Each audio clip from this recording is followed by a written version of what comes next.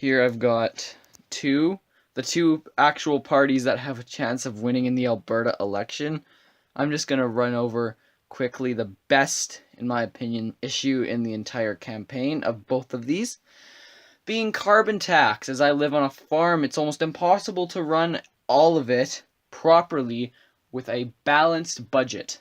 So, I was told by the NDP MLA that it actually doesn't affect Alberta farms or farmers because purple dyed gas isn't taxed. But what he forgot is that every single item used in farming, other than that, is taxed. The manufacturers who create seed and fertilizer and farm equipment are taxed.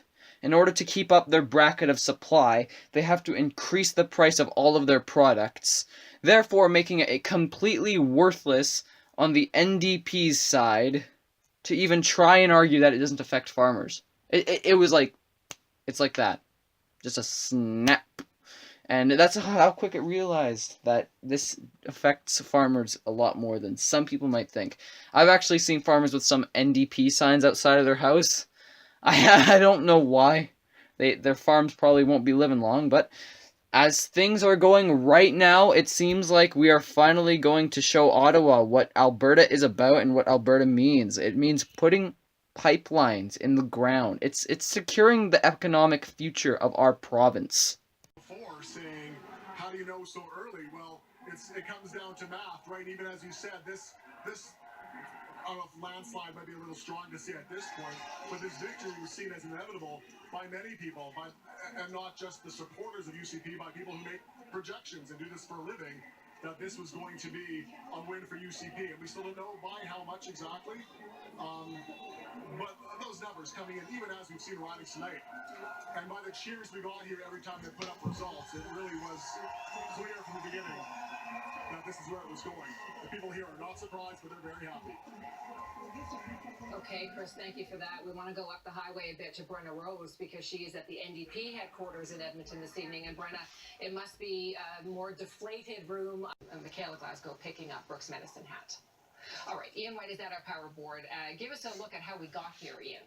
Okay, well, here's the headline right here. United Conservatives have won the night, but have they won a minority or a majority government? That's still in question. Let's take a look at our seat projection. And as the votes are counted, this projection is changing. And as a matter of fact, we do see at most the UCP picking up 63 seats.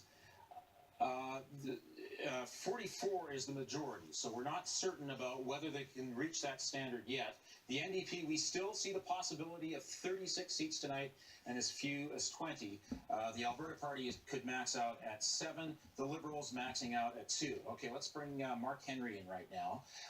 Here's a really interesting graphic. This, I have to remind you, is from 4 years ago, in 2015, where the NDP had 40% of the vote. Over 600,000 Albertans voted for the NDP. Obviously, they, in 2015, formed the majority government. But the big thing back then was the Wild Rose and the PCs together made 52% of the vote. And more people voted for them. Joined forces in the past few years, and we see the result tonight, right? Exactly, and this is particularly acute in Calgary. I mean, the NDP Can you go picked up 15 where? seats in Calgary. Minutes ago. Going to another riding here, we've got Calgary Curry, Brian Malkinson with the NDP. He's the incumbent, but lawyer Nicholas Milliken with United Conservatives is leading a fairly narrow lead, you might say, by about 40 votes with 6% of the vote in, so there's still change, job creation, and education. Building a lasting economy, improving our health care, the growing debt, nature conservation. Alberta Liberals have the best and boldest ideas to address these concerns. Many Albertans never gave up on the Alberta Liberals. Thank you. I hope you will not give up tonight. Be strong, stay the course, and never give up your Alberta Liberal values. And, you know, we've been here before, and we'll get through this, and we're going to provide leadership for this province going forward. So thank you very much. We launched an audacious campaign to reunite free enterprise Albertans into one big tent coalition. Many said it couldn't be done, but we overcame enormous obstacles along the way. To all of those who opened their homes and their hearts to me as I visited every corner of the province over the past 3 years, let me say thank you. I've been moved again and again by the endless generosity of Albertans in building this grassroots movement into the biggest provincial political party in Canada and the next government of Alberta.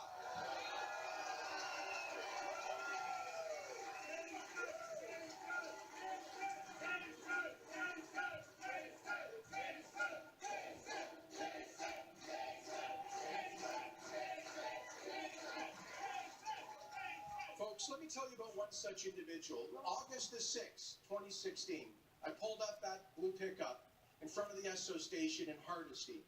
Doesn't get much more Alberta than Hardisty, by the way. And I was filling up my gas tank.